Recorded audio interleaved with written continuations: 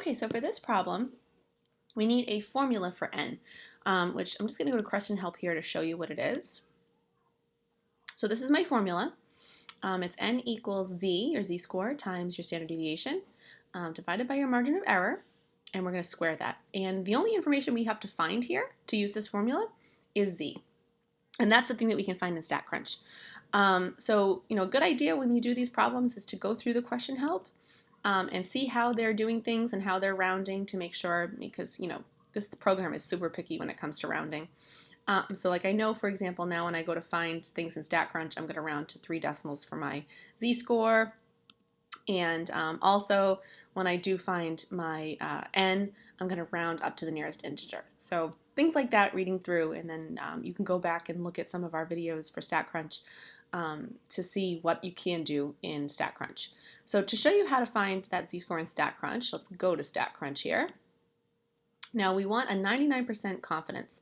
So that means that if I'm in my normal distribution, I want there to be 2 z-scores where between them the area is 0.99. So we're going to go to Stat, so right here, and then Calculators, and Normal. And we're going to click Between. So we want this area in between to be 0.99. So I'm going to change this over here, 0.99. And you can see that it's giving me my 2 z-scores. These are the 2 numbers that kind of encompass this 0.99% in the middle. And we'll use 2.576. So we're going to round to 3 decimal places. Okay, so 2.576.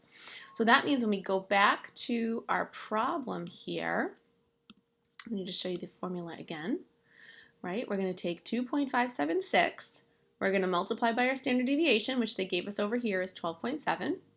We're going to divide by our margin of error. Now, if you look in your problem, see how it says within 2 points right over here? That's your margin of error.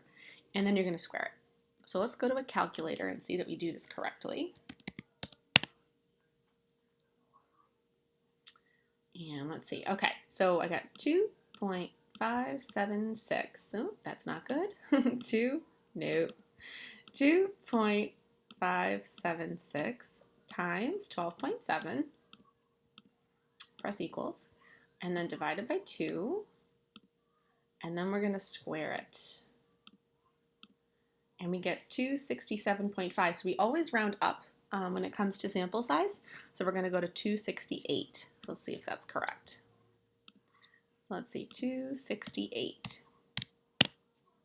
And we did a good job. Okay, now the next thing they want to know is what happens when you change this to 95% confidence. So what you're going to do is you're going to go back to StatCrunch, and you're going to change this to 0.95, and here's your new z-score, which only has 2 decimal places, so that's fine. And do the same thing again. So 1.96 times 12.7 divided by 2, don't forget to press equals, and then square it, and that should get you your correct answer. And don't forget to round up.